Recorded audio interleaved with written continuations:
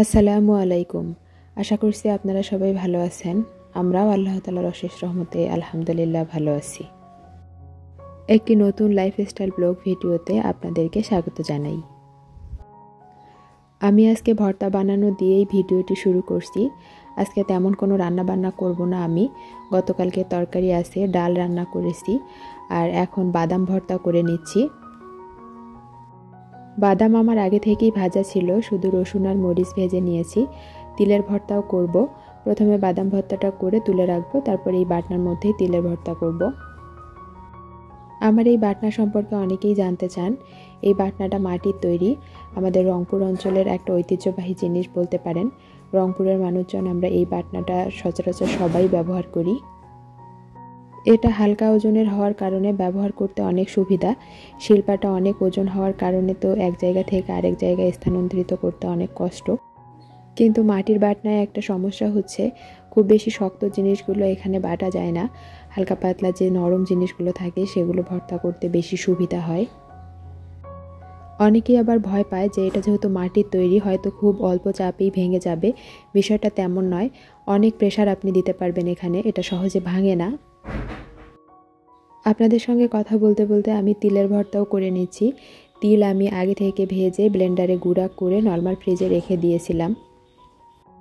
তিল আমি সবসময় এভাবে প্রসেস করে রেখে দেই, এতে করে যখন আমি রান্না করি বা ভর্তা করি তখন খুব ইজি হয় আমার জন্য। তিলের ভর্তা আমি অনেক পছন্দ করি, সেজন্য গ্রাম থেকে আমি বেশি করে তিল কিনে নিয়ে আসি প্রতি বছরেই। একবারে বেশি করে কিনে রাখলে সারা বছর ধরে তিলের ভর্তা খাওয়া হয় আমাদের। আমার মতো কে কে তিলের ভর্তা খেতে পছন্দ করেন আমাকে কমেন্ট করে জানাতে পারেন, জানতে পারলে আমার ভালো লাগবে। ভিডিওর এই ফাঁকে আপনাদেরকে ছোট্ট একটা কথা মনে করিয়ে দেই, আপনারা যদি এখনও আমার ভিডিওটিতে একটা লাইক দিতে ভুলে গিয়ে থাকেন তাহলে প্লিজ একটা লাইক দিয়ে দিবেন, কারণ আপনাদের ছোট্ট একটা লাইক আমার ভিডিওটিকে আরও অনেক মানুষের কাছে পৌঁছে দিতে সাহায্য করবে। আমার ভর্তা বানানো শেষ, আমি এখন বাটনাটা ভিজিয়ে রাখলাম। কিছুক্ষণ ভিজলে তারপর আবার পরিষ্কার করে নেব। 2 রকম ভর্তা করলাম আপাতত, পরবর্তীতে আরও ডালের বড়ির ভর্তা করব। আর এই যে ডাল রান্না করে রেখেছি ফ্রিজে, গতকালকে আমি চাল কুমড়া ভাজি করেছিলাম সেগুলো আছে, এগুলো দিয়েই আজকে খাওয়া দাওয়া হয়ে যাবে। আজকে রুম পরিষ্কার করব, তাই আজকে আর তেমন কোনো রান্না বান্না করব না। ডালের বড়ি ভর্তা করার জন্য আমি সব কিছুই রেখেছি, শুধু যখন খাবো তখন ভর্তা করব। এখন ভর্তা করলে ভর্তাটা নরম হয়ে যাবে, সেজন্য মসমসে থাকবে না। এখানে আমি পেঁয়াজ রসুন মরিচ সব কিছুই রেখেছি, যখন খাবো তখন শুধু বড়িটা ভেজে ভর্তা করে নেব, তখন ভর্তাটা মসমসে থাকবে। আজকে রুম পরিষ্কার করব। আমার রুমের অবস্থা যা তা, খুব বেশি অপরিষ্কার এলোমেলো হয়ে আছে, আজকে সব কিছু ক্লিন করতে হবে। রুম পরিষ্কার করতেছি, এদিকে আপনাদের ভাইয়া বাজার করে নিয়ে এসেছে, মাসকাবাড়ি বাজার। তো ভাবলাম যে আগে বাজারগুলো গুছিয়ে রাখি, ও বাজার করে দিয়ে চলে গিয়েছে আবার কাজে, তো আমি আগে বাজারগুলো গুছিয়ে রাখবো, তারপর আবার রুমের বাকি কাজগুলো করে ফেলবো। শ্যামাই নিয়ে এসেছে, পোলায়ের চাল নিয়ে এসেছে, তারপর কয়েল, ছোলা, তেজপাতা, তারপর হচ্ছে মোটা লবণ যেটা আমি মাছ পরিষ্কার করি সব সময়, চিনি। মাছ পরিষ্কারের জন্য এই মোটা লবণটা হলে ভালো হয়, খসখসে বেশি হয়, সেজন্য মোটা লবণটা আনিয়ে রাখি। আর এখানে এগুলো চিনি, আরও অনেক কিছুই আছে। এখানে শরবতের জন্য ইস্পি আছে, তারপর হচ্ছে চিড়া, এগুলো। আর এখানে কাঁচা বাজারের মধ্যে আছে ধনেপাতা, গাজর, তারপর কাঁচামরিচ, আর ভাজির জন্য বেগুন। করলাও আছে, করলা আমাদের ইদানিং বেশি খাওয়া হচ্ছে, তারপর মিষ্টি কুমড়া, ঢেঁড়স। আজকে সব কিছুই বেশি বেশি করে নিয়ে এসেছে, যাতে অনেক দিন আর বাজার করতে না হয়। বাজারগুলো গোছাতেও এখন অনেক সময় লাগবে, আমার ঘর পরিষ্কার করাও দেরি হয়ে যাচ্ছে। এখন তাড়াহুড়া করে বাজারগুলো আবার গুছিয়ে রাখতে হবে, তারপর আবার রুম পরিষ্কার করতে হবে, অনেক কাজ আছে আজকে।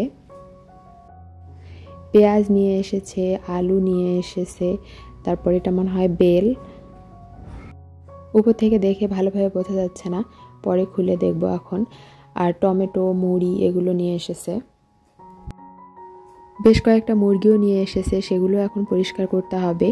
বললাম না আজকে অনেক কাজের চাপ আছে, তারপর আস্তে আস্তে করব, যতক্ষণ লাগে লাগুক। একদিনে করে রাখলে আবার অনেক দিন পর্যন্ত রেস্টে থাকা যায়। আপনাদের মধ্যে যারা আজকেই আমার চ্যানেলে প্রথম এসেছেন, আমার ভিডিওর কোথাও কোনো অংশ আপনাদের যদি একটুও ভালো লেগে যায়, তাহলে প্লিজ আমার চ্যানেলটির পাশে থেকে যাবেন, আমার চ্যানেলটিকে সাবস্ক্রাইব করে নেবেন। চ্যানেলটি সাবস্ক্রাইব করে পাশে থাকা বেল বাটনটি অবশ্যই অন করে দিবেন, তাহলে আমি যখনই ভিডিও ছাড়বো তখনই আপনাদের ফোনে নোটিফিকেশন চলে যাবে, আর আপনারা চাইলে সময় করে আমার ভিডিওগুলো দেখে নিতে পারবেন। ব্রয়লারের মুরগি কেটে আমার প্রয়োজন মতো আমি ভাগ করে নিয়েছি। এখন পলিথিনে করে রেখে দেব, যেদিন যতটুকু লাগবে ততটুকু বের করে রান্না করব। ছোট ছোট পলিথিনে করে এরকম বড় বক্সে আমি রেখে দেই, এতে করে একটা বক্সের মধ্যে অনেক কিছু রাখা যায়। ব্রয়লারের মাংসগুলো আমি রেখে দিয়েছি, এখন এগুলো হচ্ছে সোনালী মুরগি, এগুলো কাটবো এখন। অফ ক্যামেরায় সোনালী মুরগিগুলো কেটে নিয়েছি, এগুলো আমার প্রয়োজন মতো আমি ভাগ করে নিয়েছি, এখন পলিথিনে করে রেখে দিচ্ছি। বেশ অনেকটাই সময় লাগলো মুরগিগুলো কাটতে, বাজার থেকে শুধু ছিলে এনেছিল, তারপর আমি পিস করলাম। কাজকর্ম শেষ করে প্রচণ্ড ক্ষুধা লেগেছে, সেজন্য বসে পড়লাম একটু নাস্তা করার জন্য, তারপর আবারও বাকি কাজকর্ম করব। বাজার থেকে এই মশার ব্যাটটা নিয়ে আসতে বলেছিলাম, প্রচণ্ড মশার অত্যাচার, সেজন্য আগের একটা ব্যাট ছিল সেটা নষ্ট হয়ে গিয়েছে, দীর্ঘদিন ধরে পড়েছিল, একবার সার্ভিসিং করিয়েছি, আবার কিছুদিন পর নষ্ট হয়ে গিয়েছে, তাই ভাবলাম যে এবার নতুন কিনতে হবে। এটা নতুন নিয়ে আসলো আজকে। ইলেকট্রিক জিনিসের একটাই সমস্যা, ভাগ্য ভালো হলে অনেক দিন যায়, আর না হলে খুব তাড়াতাড়ি নষ্ট হয়ে যায়। কিছুই করার নেই, ব্যবহার যেহেতু করতে হবে, তাই আবারও নতুন একটা কিনলাম। ছোলাগুলো এখন ভিজিয়ে রাখবো, 4-5 ঘন্টা ভিজে গেলে তারপর প্রেসার কুকারে সিদ্ধ করে ফ্রিজে রেখে দেব, যখন মন চাইবে বের করে ভুনা করে খেতে পারবো। সিদ্ধ করে রাখা থাকলে পেঁয়াজ মরিচ দিয়ে ভুনা করলে খুব সহজ হয় কাজটা, সেজন্য আমি সবসময় সিদ্ধ করে ফ্রিজে রেখে দেই। চলে আসলাম একদম রুম পরিষ্কার করে, গোসল করে সব কাজ শেষ করে এখন বিছানাটা বিছিয়ে নিচ্ছি। বেডশিটটা নোংরা হয়েছিল, তুলে রেখেছিলাম রুম পরিষ্কার করার সময়, এখন পরিষ্কার একটা বেডশিট পেতে দিচ্ছি। গৃহিণীদের কাজগুলো এরকম ননস্টপ করতে হয়, একটার পর একটা, কোনো রিল্যাক্স নেই। তারপরও পুরুষ মানুষ মনে করে যে আমরা সারাদিন বাসায় কি করি, বাসায় তো সারাদিন হয়তো বসে বসে থাকি, কোনো হয়তো কাজ নেই। আমার যেহেতু কোনো হেল্পিং হ্যান্ড নেই, আমি সব কাজ একা হাতে সামলাই, আমাকে এভাবেই প্রতিদিন কাজ করতে হয়, নিজের কাজ নিজেকেই। আপনাদের সঙ্গে শেয়ার করি না, তাই আপনারা দেখতে পান না, কারণ এত কিছু তো আর ক্যামেরাবন্দি করা সম্ভব হয় না। আজকেও সারাদিন কাজের অল্প একটু দৃশ্য আপনাদের সঙ্গে শেয়ার করেছি, পুরোটাই তো আর শেয়ার করতে পারিনি, যেমন রুম পরিষ্কারের ভিডিওগুলো শেয়ার করতে পারিনি, মুরগি কাটাকাটি এসব তো কিছুই শেয়ার করিনি, জাস্ট একটু একটু করে দেখিয়েছি। এখন মাথায় একটু তেল দিব, সেজন্য তেলটাকে গরম করে নিচ্ছি। কড়াইয়ে পানি দিয়েছি, তার উপর স্টিলের বাটিতে তেল বসিয়েছি, তেলটা গরম হয়ে গেলে তারপর মাথায় দিব। এভাবে তেল হালকা কুসুম গরম করে মাথায় দিলে খুশকির সমস্যা অনেকটাই কমে যায়। এখন বিকেলবেলা আবারও চলে এসেছি রান্নাঘরে, এসে দেখি বয়ামে লবণ নেই, তাই লবণ ঢেলে নিচ্ছি। কাজের সময় কোনো জিনিস শেষ হয়ে গেলে বিরক্ত লাগে। বিকেলে খাওয়ার জন্য কামরাঙ্গা মাখাবো, ফ্রিজে কামরাঙ্গাগুলো আনা ছিল, অনেক দিন ধরে নষ্ট হয়ে যাচ্ছিল, খাওয়াই হচ্ছিল না। কোনো কিছু মাখালে একা একা খেতে ইচ্ছা করে না, সেজন্য আপনাদের ভাইয়া বাসায় থাকে না, তাই মাখাও হয় না, খাওয়াও হয় না। আজকে আপনাদের ভাইয়া বাসায় আছে, তাই কামরাঙ্গাগুলো ধুয়ে কেটে নিলাম।